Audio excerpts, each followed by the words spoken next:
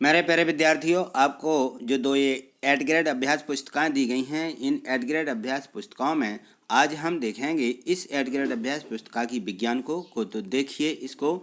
हम इसके प्रश्न उत्तर को देखते हैं। जो इसमें प्रश्न दिए गए हैं, इन सभी प्रश्नों को लिखेंगे और समझेंगे भी।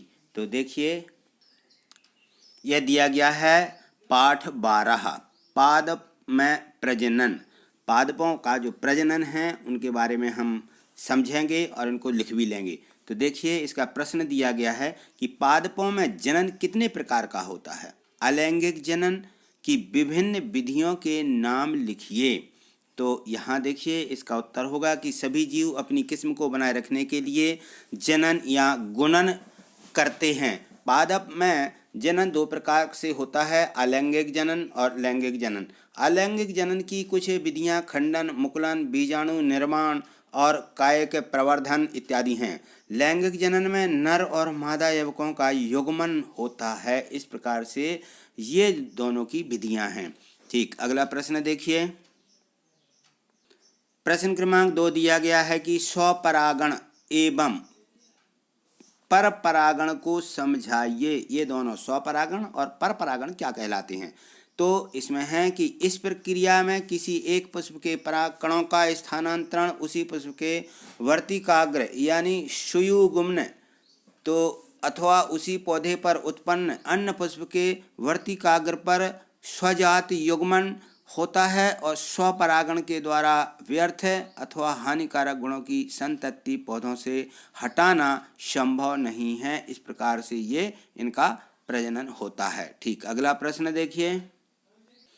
प्रश्न है, यह है प्रश्न क्रमांक 3, बीजों का प्रकीर्णन किन के द्वारा होता है। तो वायु द्वारा प्रकीर्णन, डिस्पर्सल बाय विंड। फलों और बीजों में प्रकीर्णन सबसे अधिक वायु के माध्यम से होता है। प्रकीर्णन यानी वो एक दूसरे जगह जा सकते हैं।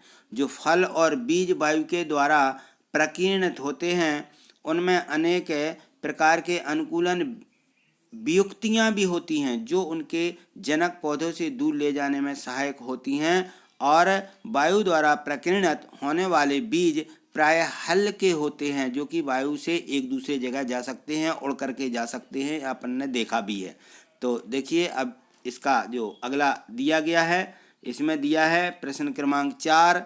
इसमें है कि पंख युक्त बीजों के 2 उदाहरण दीजिए। जो पंख युक्त बीज होते हैं उनमें पंखे रहते हैं, यानी आपने देखे होंगे, पंखा तो नहीं रहते वैसे, वो हवा में उड़ते रहते हैं, उसमें रुआ जैसे रहते हैं। तो यहाँ देखिए, इसका उत्तर होगा कि कुछ पौधों के बीज पंख युक्त हल्के और बाल जैसी संरचनाएं होती हैं। तो ऐसे इन संरचना युक्त जो वीर्य पवन द्वारा उड़कर दूर तक उनको फैला देती हैं और इसके उदाहरण हैं डंडेलियन और मैपल। ये 2 इसके ऐसे बीज होते हैं। ठीक, अगला प्रश्न देखिए।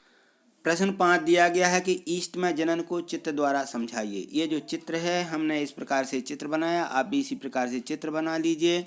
तो इसमें ये ईस्ट कोशिका होती है, मुकुलन वृद्धि होती है, नया मुकुलन होता है और मुकुलनों की ये पूरी है श्रृंखला बन जाती है। इस प्रकार से ये ईस्ट होते हैं, ये बढ़ते रहते हैं। ठीक, अगला प्रश्न देखें। प्रश्न क्रमांक 6 दिया गया है कि कायिक के प्रवर्धन को समझाइए तथा इसके लाभ भी बताइए। तो सभी नए पौधे मात्र पौधे के समान होते हैं। इस प्रकार एक अच्छे गुणों वाले पौधे से कलम द्वारा उसके समान ही अनेक पौधे तैयार किए जाते हैं। दूसरा है कि फलों द्वारा उत्पन्न सभी बीज समान नहीं होते, परंतु कायिक जनन द्वारा उत्पन्न पौधों में पूर्ण समानता होती है। अगला प्रश्न देखिए। यहाँ प्रश्न को देखिए, एक लिंगी व द्विलिंगी पुष्प किसे कहते हैं। पुष्प के जनन अंगों के नामांकित चित्र बनाइए। तो ये देखिए, यहाँ पे जो चित्र बना हुआ है इसको आप समझते होंगे कि ये जो है गुड़हल का या इसको जो है हम जासुन का फूल बोलते हैं।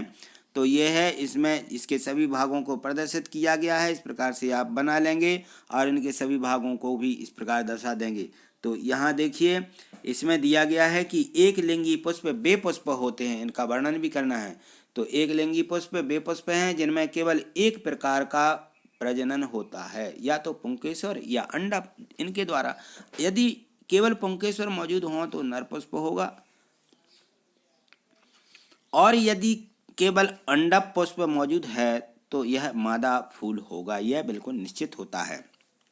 अब द्विलिंगी में देखिए, द्विलिंगी पुष्प वे पुष्प होते हैं जिनमें नर और मादा दोनों प्रजनन अंग होते हैं, अतः उभयलिंगी पुष्प में पुंकेसर और करपेल दोनों प्रजनन अंग मौजूद होते हैं।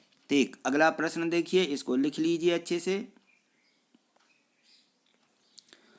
प्रश्न क्रमांक 8 दिया है कि क्या होगा यदि किसी पादप के सभी बीज एक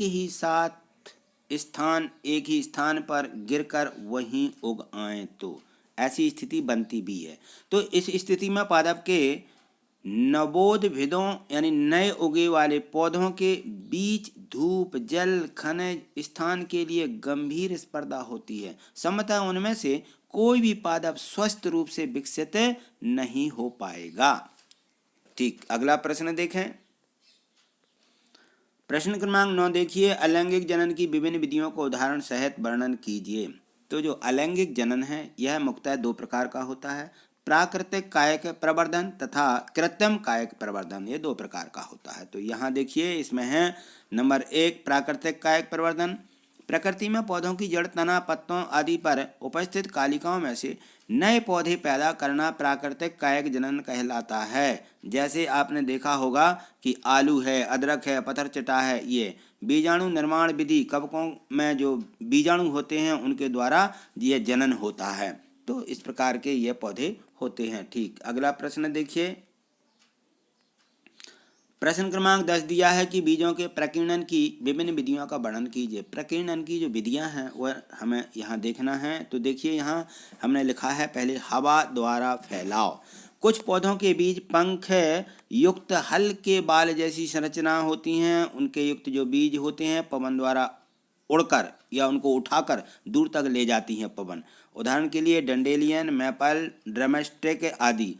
अब जानवरों द्वारा फैलाव कैसे होता है, ये देखिए यहाँ लिखा है मैंने कि जानवरों द्वारा कांटे दार जो बीज होते हैं जिनमें ओके जैसी संरचनाएं होती हैं, जंतुओं द्वारा दूर दूर तक फैल जाते हैं। फटने से भी फैलाव होता है। जब बीज फट जाते हैं तो फटने से क्या होता है, कुछ पादपों के फल झटके के साथ फट जाते हैं और बीज का प्रकीर्णन होता है, वो दूर तक गिर जाते हैं। जैसे लेडी फिंगर, अरंडी, बालसम इत्यादि, ये ऐसे बीज होते हैं, चटकते हैं, फटते हैं और अपने बीज को बहुत दूर तक बिखेर देते हैं। ठीक, तो इस प्रकार से हमने 1 से 10 तक के सभी प्रश्नों के हल जो थे, इनके जो प्रश्नों के उत्तर थे हमने समझ लिए हैं और अपनी कॉपी में लिख भी लिए हैं। इनका अच्छे से अध्ययन कर लेना है, क्योंकि ये ऐसे प्रश्न हैं जो मीन्स का मेरिट परीक्षा में भी पूछे जाते हैं, तो इनको हमें ध्यान में रखना है। यदि आपको ये समझ में आया है तो आप इसको लाइक शेयर करिएगा और चैनल को सब्सक्राइब करके रखिए, जिससे कि मेरी वीडियो, आगे आने वाली पाठों की वीडियो आपको मिल सके। Thank you,